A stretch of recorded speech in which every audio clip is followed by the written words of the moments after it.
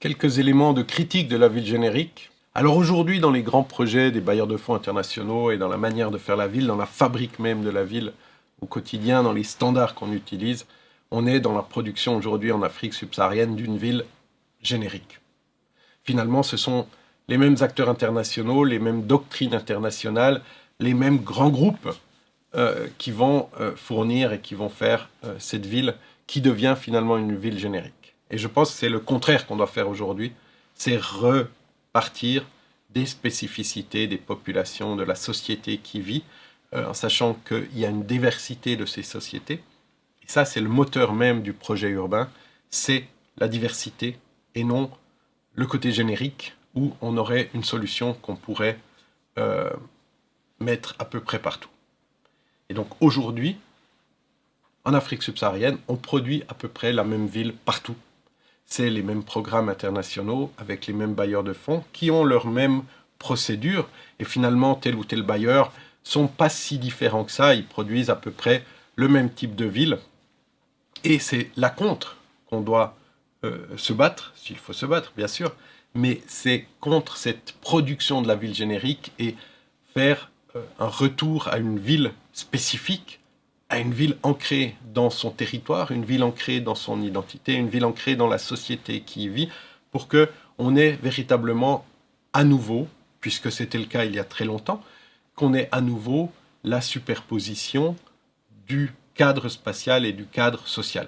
Et donc que le cadre spatial dans lequel les citoyens d'une ville vont vivre corresponde véritablement à leurs aspirations et correspondent à la forme même de gouvernance qu'ils ont entre eux, plutôt qu'à une idée générique d'une ville internationale qui serait comme ça possiblement réplicable à peu près partout.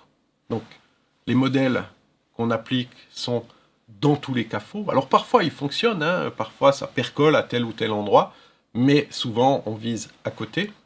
Et quand on vise à côté, on rajoute encore une couche en disant « Ah, ça n'a pas fonctionné, donc on va mettre encore plus de ceci ou de cela. » Et c'est pas en rajoutant, c'est pas en tapant plus fort sur le clou qu'on va l'enfoncer mieux si le clou est tordu. Même si vous tapez très fort, il va pas s'enfoncer. Donc c'est ça qu'on doit voir. Est-ce que le clou est tordu ou est-ce que le clou est droit? Est-ce que si je tape encore plus fort, est-ce que ça va donner des effets ou pas du tout? Et en principe, quand la machine est lancée dans la ville générique, une fois qu'elle est lancée, elle ne s'arrête à peu près jamais. Et donc, on va produire le même type de projet avec des gens qui sont extrêmement différents. Donc, ça veut dire que je vais parler de la même manière de Libreville à Dakar, Dar es Salaam à Harar ou n'importe où. Je vais parler strictement de la même manière et je vais implémenter mon projet de la même manière parce que c'est le générique qui va primer sur le spécifique.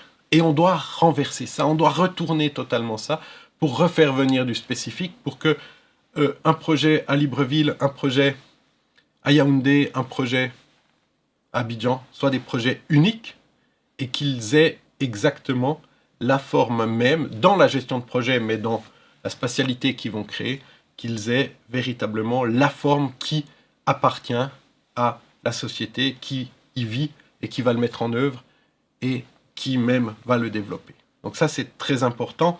Et donc, il faut absolument et très rapidement remettre en cause l'idée même de la ville générique qu'on est en train de produire à travers ces grands projets des bailleurs, mais à travers aussi toutes ces villes nouvelles qu'on veut voir apparaître à peu près partout, qui ont toutes le même imaginaire.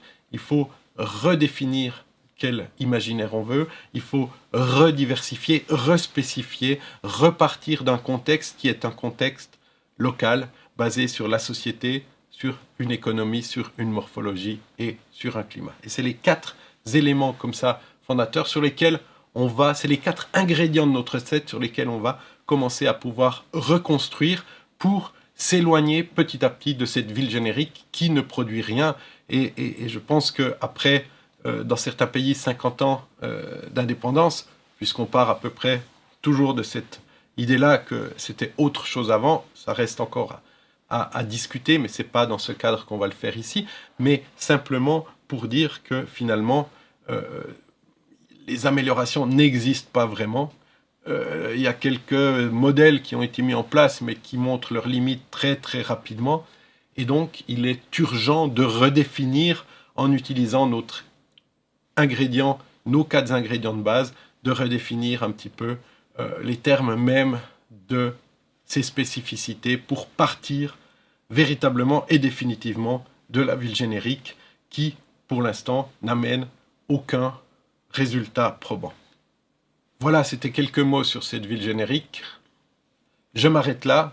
L'idée était de solliciter et de titiller un petit peu votre propre réflexion et de challenger un petit peu ces quelques éléments pour voir effectivement qu'est-ce qu'on fait aujourd'hui, comment est-ce qu'on fabrique la ville, sachant que les résultats positifs sont extrêmement peu nombreux.